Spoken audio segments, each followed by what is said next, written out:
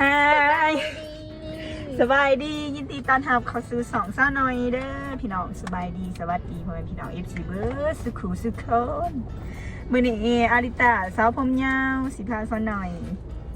ไปเสริมสวยหรือว่าไปสื่อเครื่องสำอางเนาะทุกคนเพราะว่าไก่สิปีใหม่แล้วเฮาสงกรานต์ปีใหม่หรือว่าสงกรานต์เนาะทุกคนก็สิพากันไปเฮ็ดเล็บเจลเพราะว่าออกมาแล้วตอนนี้เหียนเองขอแก้จะเบิ่งนี่ต้องดู sorry เฮ้ยอันนั้นบริษัทนะคะเป็นยังทุกคนขอโทษขออภัยเด้อ ใส่เบิ้งเจ้าค่ะไม่สิเจ้าไม่ข่อยใส่เป็นแล้วยี่สิหัวควันข่อยใส่เป็นแล้วตะกี้น้องน้อยใส่อันนี้บ่เป็นเนาะทุกคนเข็มขัดอันนี้นี่วิดีโอหันลุกเด้อแต่หัวนี่ตอนนั้นเจ้าจักสิลบเมียเจ้าหละอายข่อยอายตอนนั้นเขาก็ว่าท่านในจักถ่ายคลิปดีก็นั่งขังเดก็เรียกว่าเป็นอายป้าเหมือนนี่รถได้อะดีพี่น้องรถติดแห้งปากเซ่รถติดขนาดเด้อเหมือนนี้วันยังวะวันพฤหัสมันเป็นมื้อที่เขาจะกินเลี้ยงแมนกินสลองแมนสลองแบบแต่ละบริษัทเนาะเขากินเลี้ยงรถมันจะติดแน่พุ่นเนาะป้ารถติดแต่พุ่นป้าขย้อนสิหอดมือได้นี่ขย้อนสิหอดมือปากเซ่ขย้อนบัดสวรรค์ในเขียดเขาจะได้ยังเกาะลืมเลยขย้อนจะบอกขอเบาค่ะคะแนนคะแนนเนี่ยหอดมือคะแนนสิหอดมือกระเซิร์สิหอดมือมึงนึงนี่พากันไปกินข้าวปุ้นแจวคิงเนาะทุกคนอิ่มแล้วก็สิพากันเป็นหล่อเนาะบ่ได้ไปน้ำกันหึงเลยจะซื้อบ่แล้วเคยสำอางได้แล้วก็สิซื้อแต่อันนั้นนะได้ครีมซิ่งกับสำลีครีมซิ่งนี่แบบเขาอันนั้นล็อกเส้นหนาหันแต่ว่าล็อกบ่เสร็จเครื่องสำอางครีมซิ่งโทนอัพตีที่เจ้าอันนะเขาได้ยินอยู่แต่ว่าเขาใส่เนี่ยอะไรหันนะเขาเคยจักอยู่แต่เขาบ่เคยใส่เขาเห็นเขารีวิวใน TikTok นะเขาบ่เคยใส่มันเป็นเนี่ยอะไรเครื่องสำอางนี่บ่อันไหนจะบอกคิมซิ่งเอ้าตอนนี้เสร็จหนาเด็ดของเจ้าโอ้ยจะก็ว่าจังสันแน่เจ้ายังสะของเสร็จหนาแต่ว่าซื้อในดีแมนโอ้โหตายเด้โอ้ยจะเป็นคนบ้านนอกขอโทษของเสร็จหนา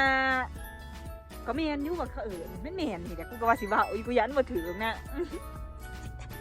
เขาคอยย่างอยู่ก็ซื้อตัวสีบัวหันดีแม่ตัวจะใส่ก็คอยนี้จะขอเมื่อวานนำเลยของกานิเย่เห็นคอยเบิร์ดแล้วนี่ได้หาที่เขาคอยเบิร์ดมันตีของเจ้าเบิร์ดแล้วสีบัวยังเต็มตุกคือเก่ายังขึงหัวโมเมนต์200,000ผลบอกตุกใหญ่เลยเพราะว่าตุกหน่อยยัง8-90นะคนที่เราเซลตุกใหญ่แหละเซนนี่ทุกคนเขาหอนห่านเครื่องสำอางเนี่ยตัวนี้เขาเปิดใหม่บริษัทห่านซาร่าเลยเอาคือโบไปห่านอุทอปเอาเขาจะมาอุดหนุนแล้วจะจักก็นอบอโอเคจ้ะเดี๋ยวเขาสิพาดิตาไปอุดหนุนห่านคนที่เพิ่นหูจักเนาะแล้วเปิดใหม่โดนแล้วเปิดประมาณเดือน1แล้วเอาซาขอมาลงอยู่กันพอบอกว่าป้าสาไปอุดหนุนเนาะป้ามาเที่ยวเรารุดแถมแจกแถมเนาะปีใหม่เนาะพี่น้องเด้เขาหูจักคนเนาะเพราะว่าเพิ่นเป็นลูกค้าอาดิตาเนาะอาดิตาเอาซามาส่งในยังหันลาบิวตี้ช็อปปะเราจะไปเลือกเครื่องสำอางกันทุกคนมาเดี๋ยวอัดเลยมันสิออกตอนนี้หน่อยเฮ้ยมาจะกินถอดแล้วลองกระสวดดินะโอ้เห็นแต่เป็นทายลงเฟซอยู่ทหารก็คิดว่าหารจะอยู่จะประสาทกูนะจะอยู่จะประสาทต่อเนาะมีจะเดือนแหละนี่ฮะน่ารักมาก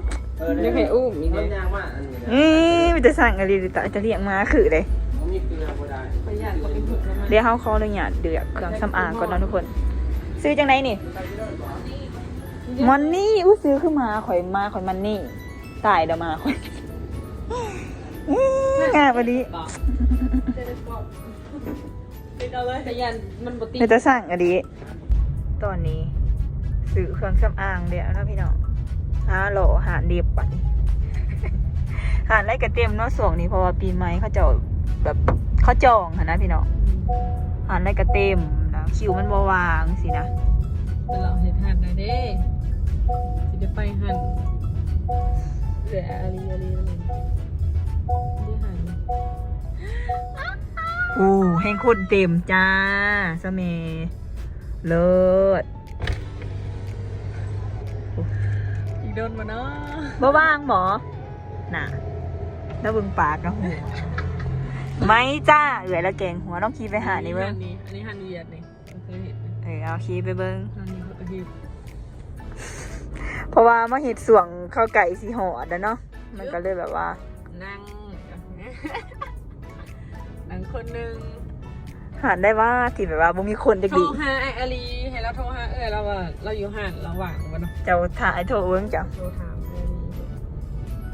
หาแล้วคอมเมนต์ว่าเปิดอยู่แต่ว่าสิวางบ่หูแต่ว่าเปิด อาลี ภาษาไทย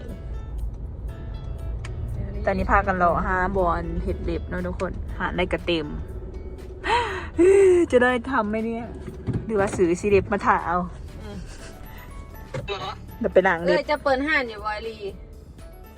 เปิด ระหว่างอยู่บริเวณนี้โทรถามเขาเนี่ย เลยโอเคตัวให้ พอเรามาวางอีกเนาะ ไปขี่ไปเนิ่น กูจักขี่ไปหันนี่เป็นยังไงเนี่ย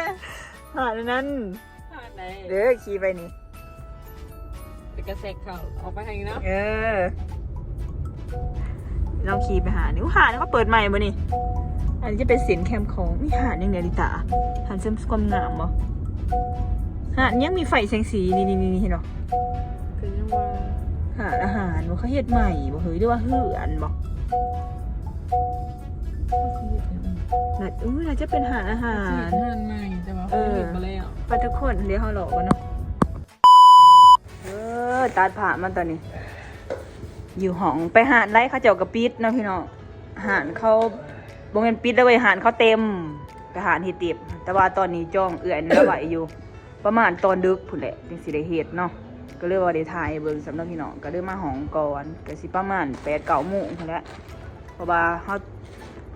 ถาคิวนะคนมันหลายเฮ็ดยังเจ้า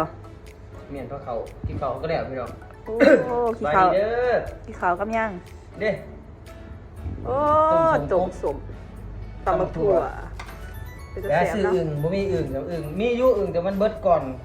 เลือดแต่อึ่งบักแดงบ่ บ่ทันเขาเลือดแต่อึ่งย่าง เอาป้าไปกินรอบเลิกทอกแซ่ในดี้ใส่หมอหันไว้ฮะ บ่มันสิ แล้วก็เอาหนังงุบใบพางุม นี่แล้วข้างมอจังว่า มันสิยังก่อนมันเป็นยังก่อน มันฆ่าหมอฆ่าซ้ำมันกรัม ผูกเขาดูดกินผูกฆ่าผูกจะฆ่าล่ำ ฮะ ทอกไปหมอบ่ได้เป็นหยัง กินข้าหมอข้าไห้พุนไปจักมาจะใส่คำสีบ่ได้สิเมื่อบาท วันที่12 บ่ได้มา ที่15 12 13 14 15 2 มื้อที่3มา วันที่15พอมาคือตื่นเช้ามาเป็นมื้อวันที่15มันก็ลงมาเลยนะมาเล่นปักมาเล่นบุญอยู่พี่ได้บ่ เมื่อวันที่12 เออ 12 13 14เดือน2 มื้ออยู่เฮือนจ้ะ เล่นแต่13ถึง14แล้ว15ก็มา13ก็ผ่าบ่ทันลงซ้ำ 12จะก็สิบ่กินเบียร์บ่ว่าฮอด กับกินกับโมนคู่แล้ววันที่14จะกินกับคุณคาราบาวเขาพี่อุ้ยมาแน่ พี่อุ้ยมาวันที่เท่าใด อุ้ยมา13ฮอดพี่วันที่ มื้อใดจะสิส้มมาแม่จะวันที่เท่าใดผ่าลงกับวันที่ 14บังดับจริงๆหมดแล้วเมื่อหมดแล้วมาวันที่15นะเขามาก็มาเล่นอยู่พี่นะวันที่15ลงมาถึงคนประมาณ10 โมง 14เฮ็ดดีๆใน 11 โม ผ ง ม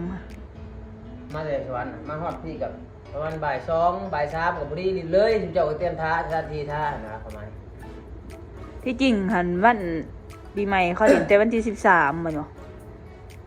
มันก็อิงตามบางบ้านได้บางบ้านเขา บ่ พาลง ผ่าลงหัน10บ่14ผ่าลง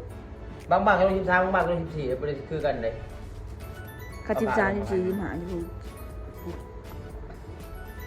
มันคือกันแค่บ้านเท่านั้นแต่เด็กก็สิคือกันนั่นแหละ ค ขอยสิไปเรียนน้ำไผ่บ่นี่ มือเดียว อ้าว13ขอดิน 13 14 เขาอายุท้าเขาพี่โจเด็กสิมาเด็กเดี๋ยวเขาท้ามันก็มาทันแมนมือสงการครับ ฝากมึงแล้วบ่เที่ยวแล้วก็บ่ได้มา มือที่13มันทันแมนมือสงการครับเลยมือ14เลยเขาจำแบบว่ากระหึ่ม อันนี้จังหวะ เขาเรียกท้ามูลขู่เนี่ยเขาเรียกท้าเนี่ย คือจ่ายังเขาอยู่เมืองบ้านเบิด ไปที่เขาเรียกท้ามากอะไปอยู่เฮือนท้ามุ้ยคอยเป็นอะไรอ่ะผมม่วนบ่ ฮะให้เขาไปบ่ซะ ฮะ เขาสิไปเด่นไหน ก็ไปมันสิยากยังไป ก็ไปหมูยหมูนี่เด้มีแต่เจ้าหมู เขาอายุเด้ลินเขาอายุท้าไปกินอะไรกินนี่มูท้ามือเดียวนึง ทองจะมืออ่ะมื้อที่มื้อ3มื้อที่3มากับผู้ดีหอดคำ ผิดกันไปผิดยังไม่ได้อยู่ร่วมกันเลยเป็นยัง อันนั้นก็ผิดกัน เนี่ย อันนี้ถือกันก็แฮงอยากอยู่ก็วะ ได้สิก่อนคนที่เมื่อที่จัดชุดใหญ่ให้เรา บ่สุดใหญ่สัง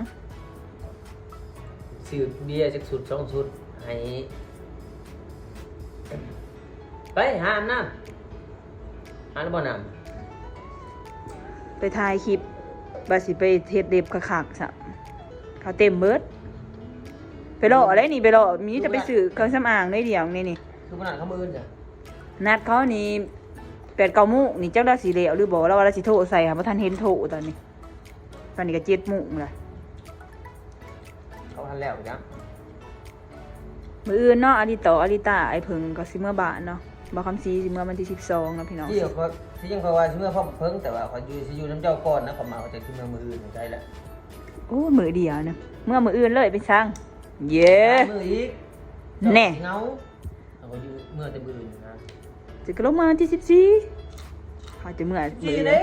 คันเมื่อมื้ออื่น อยู่เขาผักเบียกมือใดจะจักแต่ว่าไม่เบาไปมือเขาผักเบียกผักงาน เขาก็พากให้เบิดเดี๋ยวปีใหม่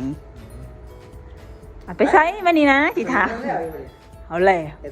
ฝากเอาไปใช้มามานี่นะสิไปใช้คันไปเมื่อวานสิไปเรียนใช้ ไปหายอยู่เพื่อนเลยนะ กินอยู่เพื่อน แล้ บ่ วหมู่ผู้เขาเบานะสาวเขา เขาบ่ได้เมื่อน้ำใดบ่ได้เครียดข่อยบ่ เพื่อนไปสิไปยัง เอาดีๆเบิ่ง เจ้าสมมาพ่อแม่เจ้าอยู่เพื่อนหมดที่มาสมมาพ่อแม่ อันแรกไอ้เพิ่งกับอริตาเขายังว่าพ่อแม่เขาอยู่สวรรค์นำกัน ทางเดียวกันจะได้ว่าอ้าวน้อยใจน้อยยังหรอกบ่ได้เมื่อนะ แห่งดีตัวอย่าบอกมึง นี่คือว่าซั่น ก็ไปซื้อเลย นี่ ไป จบคลิปให้แน่ติซะคลิปนี้ก็บ่มีหยังหลายเนาะพี่น้องจบให้ติจากแต่ถ่ายคลิปมาจะบ่ได้จบให้โดนแหละก็ฝากติดตามติดหยังนี่ติบ่ ก่อน ฮะ การปิดคลิปไปทำนี่เด้อพี่น้อง เป็นหยังอายบ่ได้นี่จะได้ จะฝากติดตามเนาะคอยไปซื้อมาบ้านทำอะไรกันอยู่พี่ก็ห่างกันอยู่2-3 มื้อนะจะท่านแมนมือสงการดอกไว้ไงซะมือเตรียมดิซื้อ เออ สงการกันเล่นกันคือเก่าแยกกันถ่ายคลิปก่อน2-3 มื้อ ก็จะสิถ่ายหยังได้เบิ่งก่อน ไปบ๊ายบายพบกันใหม่คลิปหน้าพี่น้อง บ๊ายบาย